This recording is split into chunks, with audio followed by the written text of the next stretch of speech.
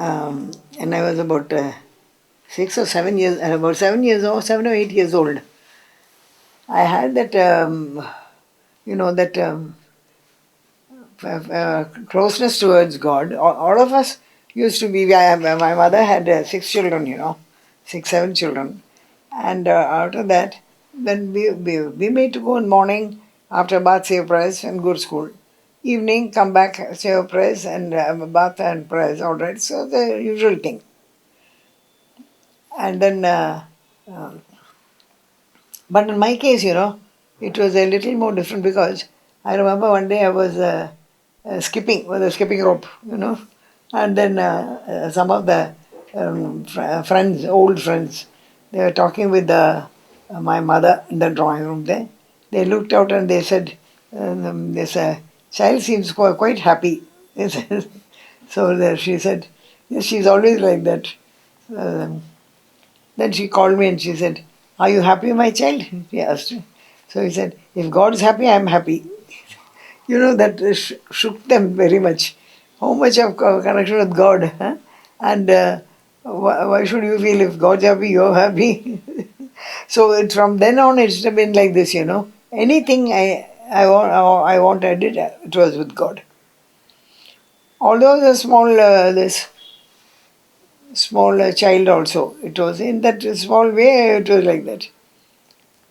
Then as I grew up also, that more of that automatic surrender was there.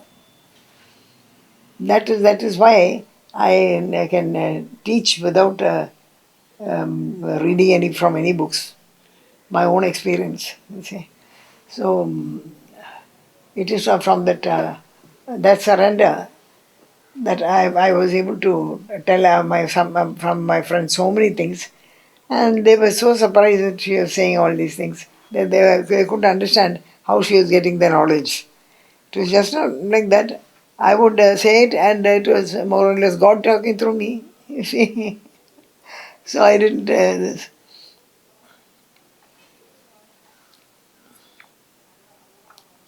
It's only after I grew up, they were able to say what it was.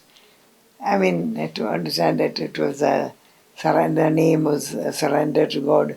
The thing is that every human being has got a ego.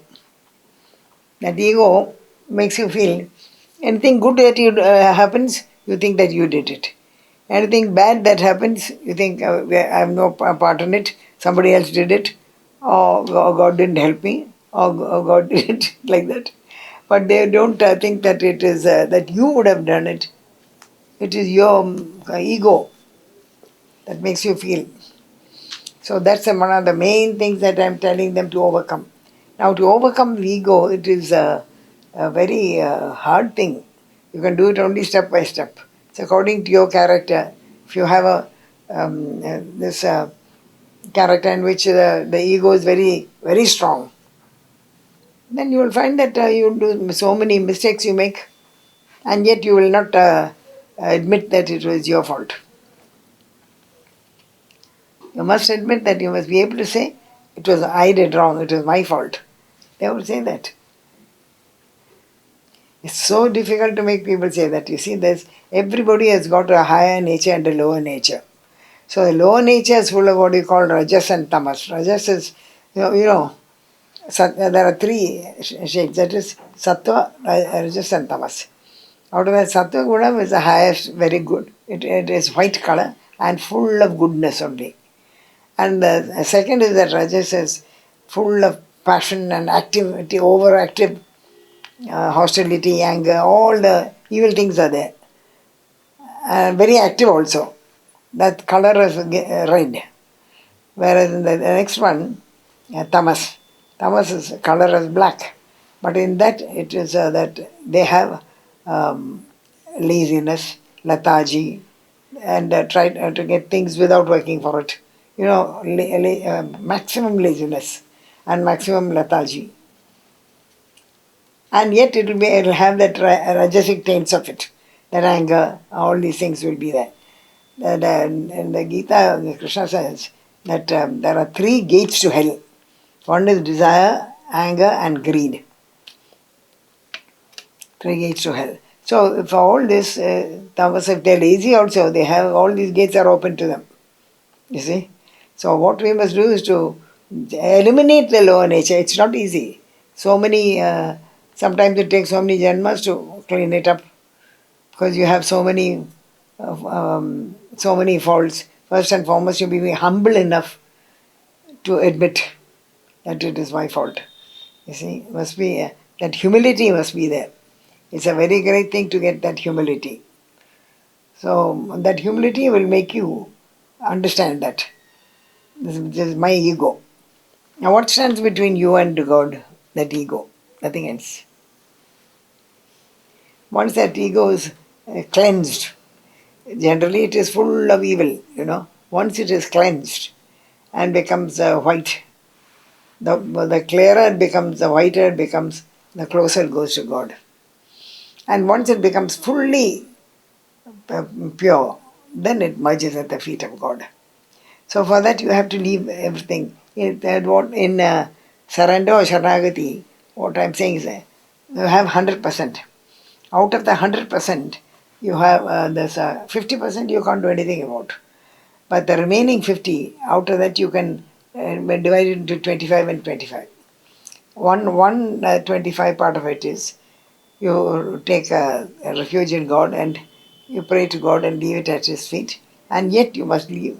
That part of it is 25%. You must lead a very clean, good, perfectly truthful life. You see? That will bring the grace of God on you. You'll have to do it. Now the next one, the remaining 25 is when you can't do anything, so many things happen which are beyond your this power. That you leave at His feet. That is what they call samarpana and surrender. This surrender exists in all religions. In all religions it is there. And it has to be understood, that's all.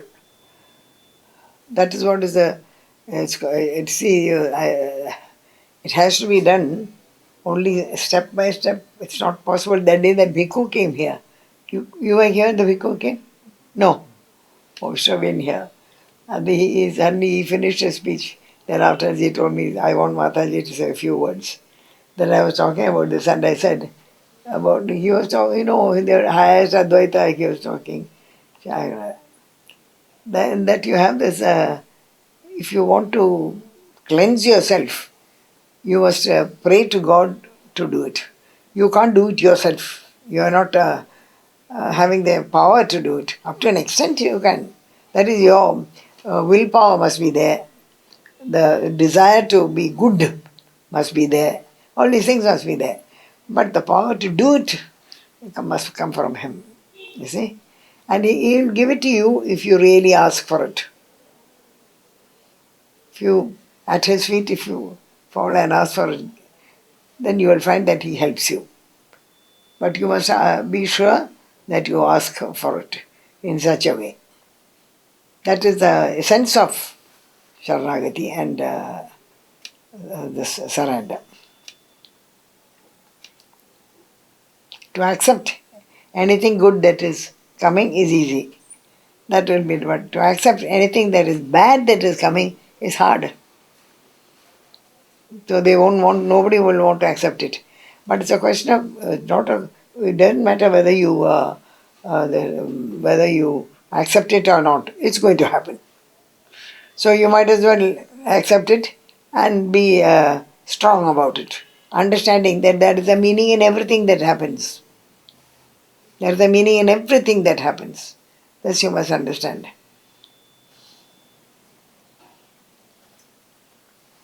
And this can be done only step by step, You can't do it overnight like that. To get from black to white. It's a long walk. It's not easy.